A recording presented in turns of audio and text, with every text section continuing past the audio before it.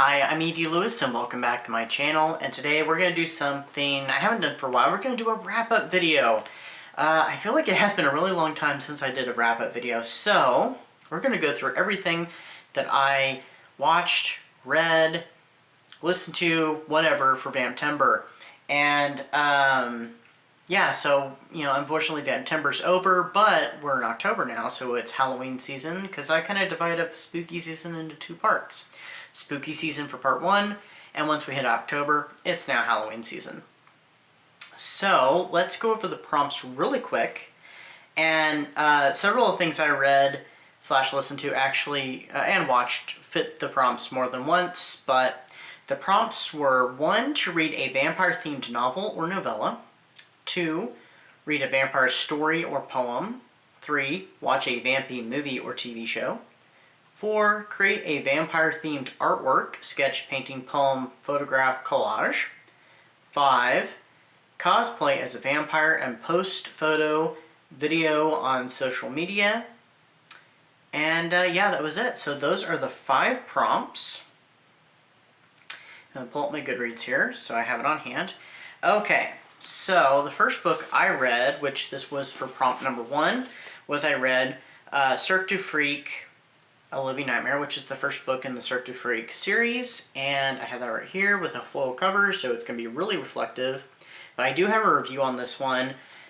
Do check it out. I will link it down below. Also, I will link the channels to all the hosts and co-hosts. So this event was created by Regina at Regina's Haunted Library, and she's joined by co-hosts Dahlia de Winters, Aphrodite Lee, author D.L. Tillery, the Mistress of Horror, and myself. So I will link everybody's channels down below. Please check out their channels and subscribe, give their videos likes, show your support. They're all awesome creators.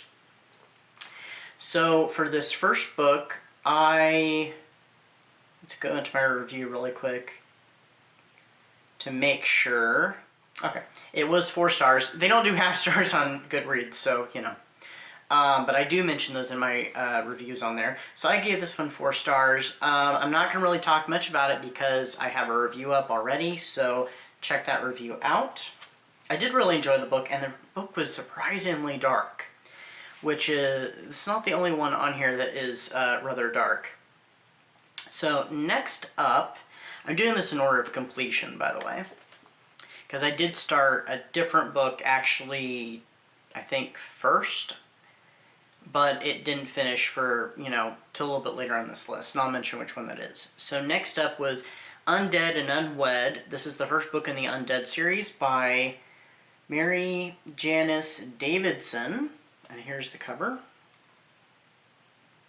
Now, I picked up this book just kind of as an off, kind of an off chance. It might be something fun and, just kind of a quick read. Yeah, it was definitely fun. It was very amusing. So this book is about a girl named Betsy Taylor, Elizabeth Taylor, not the actress though. And she loses her job as an assistant, and then she dies, but she comes back as a vampire. And she shocks her whole family. Oh, before that, she tries to do some stuff to end her vampireness. You can make of that what you will. Yes, triggers. I would say there's plenty of triggers with this book. This book was surprisingly gory too, and kind of violent. It is a paranormal romance book though, but yeah, I was really surprised about the places they went. So it went some dark places. So, but anyway, so she ends up being contacted by these 2 different groups of vampires that have been battling it out for years now, and she finds out that she is the prophesized vampire queen that will unite the vampires. So, kind of like a vampire messiah in many ways. But yeah, this book was absolutely nuts. I cracked up every time, so I definitely did enjoy this. I don't know if I'll continue the series. If anybody has read the series, please let me know, and let me know what you think of it. I did look into it, and it goes some wild places later on in the books. So let's check what did I rate that one. I gave it 3.5 stars. It was a lot of fun. It wasn't perfect, But yeah, it was kind of crazy. And there are some triggers with it because it goes dark places like I kind of hinted at. So yeah. All right, so the next book was, this one showed up in a book haul not that long ago for Labor Day. It's a kid's book. It's the Elsie and Critter Kids series by Mercer Mayer. Or is that Meyer? I'm not sure. But it's a little critter. I think he's in like high school or middle school. I'm not sure which, junior high. But this is My Teacher is a Vampire. And this was a cute little book. Didn't, you know, it was just kind of a sat down for an evening and just kind of read through it. And yeah, so they're all excited, you know, that they're going to be getting this new teacher and stuff. And then when they get there, they're disappointed to find out that they have this other guy who is very mysterious, wears a cape, he closes the blinds and stuff, and he acts and kind of looks like the stereotypical vampire. So they've been watching vampire movies and scaring themselves, so they get this idea that they're going to try and figure out if he is a vampire. And they use comic books as kind of a guide. So kind of makes you think a little bit of the Lost Boys.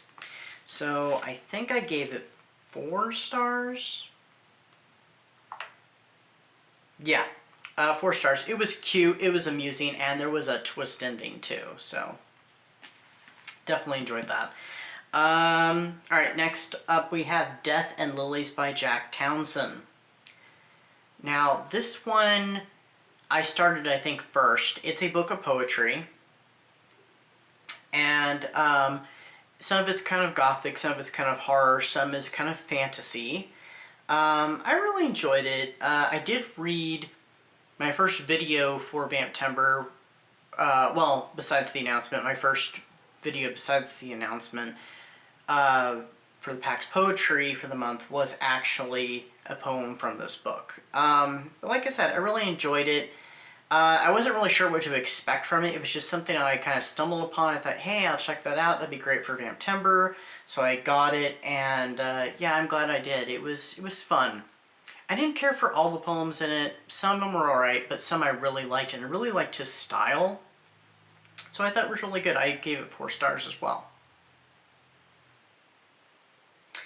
Alright, we got 2 more reads, or listens in this case. Next up was Dark Shadows, The Rage Beneath. This is the final story arc in the first season of the Big Finish Dark Shadows audio dramas, which continues the original series with original cast members reprising their roles. This one was by Scott Allen Woodard, and this one is one that I would say is like my 3rd favorite of the story arcs from season 1. There's only 4 story arcs, but this one I put in number 3rd place. So the Collins family end up battling an old enemy, not one from the show, but an old enemy to the family. That's what I'm trying to say. From someone's past. We'll just leave it at that. And it leaves to rather grave consequences. This one's also notable because it was the return and only appearance of Robert Rodan, who is famous for playing Adam in the original series. He plays the character of Oswald Gravener, and he does a really good job. This is also the first appearance of Marie Wallace appearing in a Big Finish Dark Shadows audio. She did appear in an earlier audio drama called Return to Collinwood, but she appears in this one very briefly as a kind of a background character, but it's nice to hear her voice. I gave this one 4 stars, excellent performances. Like I said, this is my 3rd favorite of the first season. I may be doing a video on this, so I'm going to leave it at that. And my final read, which I also just recently finished for the very end of week 1 of Halloween-a-thon, and that is Buffy the Vampire Slayer Halloween Reign by Christopher Golden and Nancy Holder. So this is my first Buffy book by Christopher Golden. I think I've read a Nancy Holder Buffy before, I think. I know I've read a book by Nancy Holder, though. But I know this is my first Christopher Golden book ever. And this one was a lot of fun. I was really surprised how well they captured the voices of Buffy and her friends, and also their personalities. It worked really well. This could have easily been an episode in the TV show, except for a few little problems. It does take place during season 1. But by the time Buffy showed up in Sunnydale, Halloween had already passed, and they were in, like, you know, the second semester.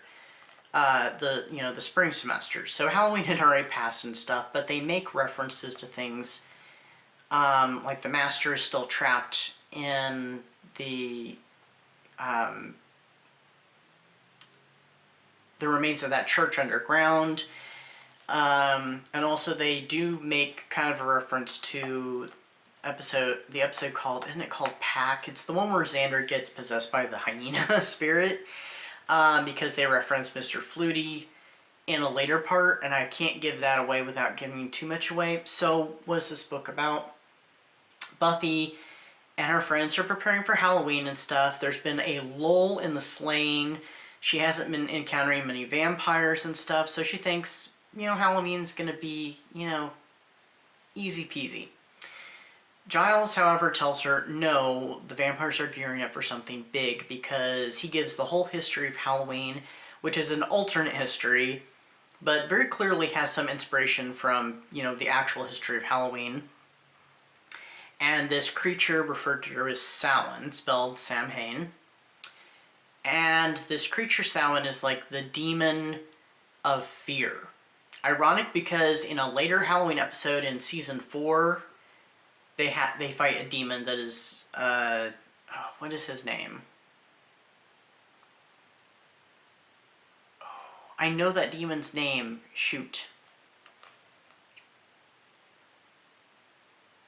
I can't remember what it is off the top of my head, but he's the fear demon. He's literally the demon of fear. So interesting how this kind of is a bit of a precursor to that. So Buffy has to face not only vampires, but zombies, and this fear demon who has a very interesting appearance. I'm not going to give that away what it is. But there's also another character in here called Mr. O'Leary, and he reminds me of something. I kept trying to think what it is he reminds me of. He reminds me of a character from some other show or movie, but I can't remember. But he's he's considered to be kind of like the town madman, where he goes around and, you know, makes all these claims and stuff that bad things are going to happen, kind of the doom and gloom guy, so everybody kind of looks at him like he's, you know, the town crazy. But, you know, he's right about what's going on and stuff, but I can't remember what character he reminds me of. A very specific character. But anyway, and the whole time I was reading it, I still could not figure out, who's this guy remind me of? Editing ED here. I did forget to mention also that while reading this book and the whole thing about the history of Halloween and stuff, it really made me want to rewatch Halloween 3 Season of the Witch. But anyway, I really enjoyed this book. It was very good, especially being part of the kind of extended universe, where it takes place very much in an alternate reality of Buffy. And there was no Angel, which I was really happy about, because, you know, I'm not a big fan of that character. But it was kind of like he didn't exist in many ways, because they didn't make any references to him at all. So I gave this one just 4 stars, so another 4-star review, so awesome. Alright, so that is all the books and audio that I listened to for it. So what did I watch? Alright, so I ended up watching this old movie. It was on Tubi from 1957, The Vampire. And it's about a small-town doctor who is unable to stop himself from taking these pills that turned him into this crazed madman monster that ends up, you know, going after people in the town. And these pills are derived from vampire bat blood. So, very typical 1950s sci-fi horror movie. But it was interesting. It didn't have any actors in it I really recognized except for one. And I can't remember his name, but he played Reverend Alden on Little House on the Prairie, and he played one of the detectives in 1953's House of Wax with Vincent Price. So the next movie I watched, because I only watched 2, and this one is Blackula from 1972. This one's about a African prince, Mamawalde. I hope I'm pronouncing the name correctly. He ends up coming to Castle Dracula to negotiate ending the slave trade. Dracula ends up refusing and places the vampire curse upon him, and also takes his beloved wife. So he seals Mamawalde in his coffin, and he isn't awakened until 1972, where he's released from his coffin, and he ends up finding a woman who exactly resembles his wife. She's the spit image. Very Dark Shadows related, which I thought was really cool. I'd actually heard a little bit about it on, I've heard, of course, of the movie Blackula, but I'd never seen it. I also watched this one on Tubi, but, Terror at Collinwood was talking about it. I don't remember if it was on Terror at Collinwood or if it was on Dark Shadows, but Penny Dreadful from Terror at Collinwood was talking about it, and she said it was really good. So I'm like, I'm going to check this movie out. And she mentioned the similarities to Dark Shadows, and yeah, definitely. He's a sympathetic vampire. He's in love with this woman that looks just like his long lost love, his wife. And so he's courting her, and it was a very good movie. He is, he's compelled to, to drink the blood to survive and to go after victims and stuff. And I thought it was really well made and stuff. So I'm so glad I saw it. I haven't seen the second one. I've heard it's not as good, but I think I'd be very willing to check it out. If I didn't mention, this one was also on Tubi as well, so I just got lucky there. Alright, so next up I did a couple TV shows. I only watched one all the way through, and that was Moonlight from 2007. Now, I remember when the show was on. I watched it when it was on TV, and I really liked it. This is about a vampire named Mick St. John. He's a private investigator, and he joins forces with a woman named Beth, who is a reporter. He saved her, actually, from his ex-wife, Coraline, when she was a child, who was trying to turn her into a vampire and kind of do like a vampire Lestat type thing with, now we have a daughter type situation. There's only like 16 episodes in this show. It was good to revisit it. I will admit, the first episode is actually rather over the top, kind of goofy, but the show gets so much better as it goes on. And it's been several years since I watched it, but I really enjoyed the show. And enjoyed, revisiting it. The other show I watched, I only watched the first 2 episodes, which was a 2-parter. I was going to watch a little bit more, but I was kind of feeling, I don't really want to watch another, private detective vampire show. And so the next one is Blood Ties. And this one came out, I did not, I'm looking off screenshots, by the way. I did not screenshot the year when this one came out, but this is a TV show about a ex-cop who her eyesight is failing her, and she's become a private detective. She ends up having a run-in with a vampire who helps her to investigate crimes. And in the case of the first 2 episodes, they're investigating this guy who has made a deal with a demon. So it was a fun show, but I just wasn't feeling like watching, more vampire detective stuff after the first one. But I would watch more of this show. I just wasn't in the mood for it. All right. I also watched a little bit of Dark Shadows, but that doesn't count in this case because where I'm at in Dark Shadows, on my extended rewatch that I've been on for a couple of years now, just, when I, feel like watching Dark Shadows or when I get to it. Right now, they're in the middle of the Adam storyline, and Barnabas is not a vampire, so it doesn't really count for Vamptember.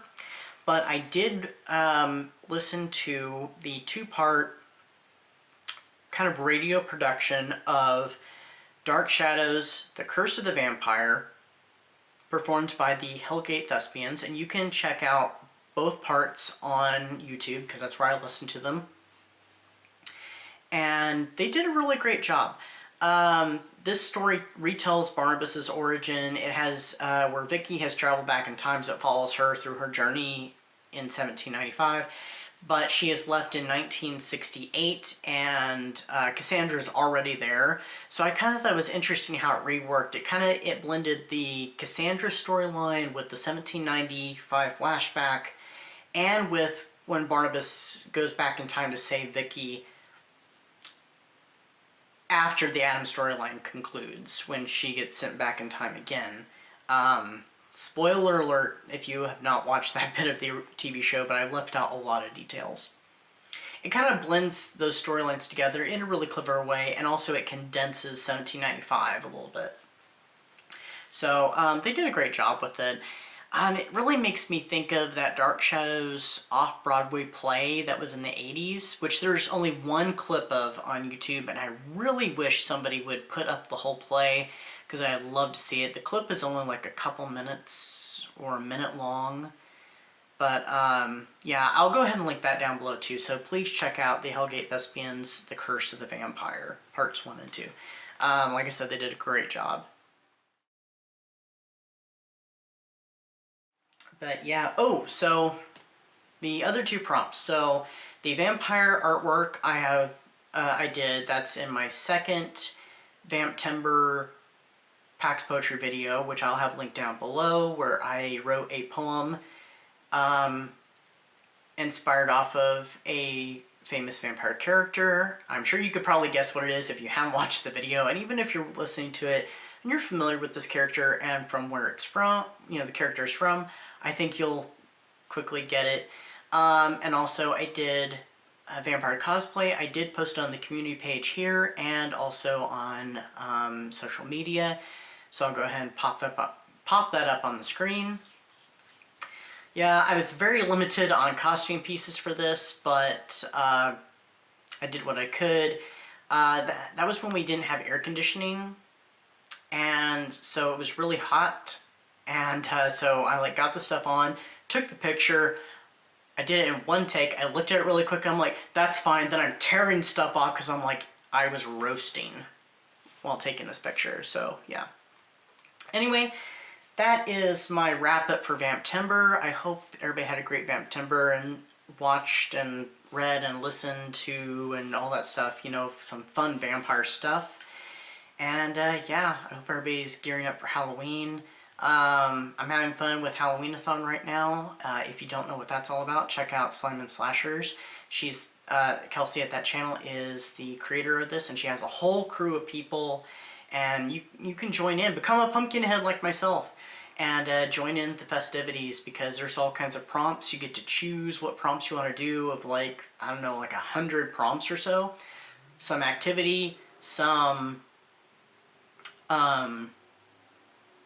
watching, some reading, you know, all kinds of stuff. And you can create your own bingo board or bingo boards or game board. So yeah. Anyway, until next time, stay safe, stay spooky, and I'll see you then. Happy Halloween. Bye-bye.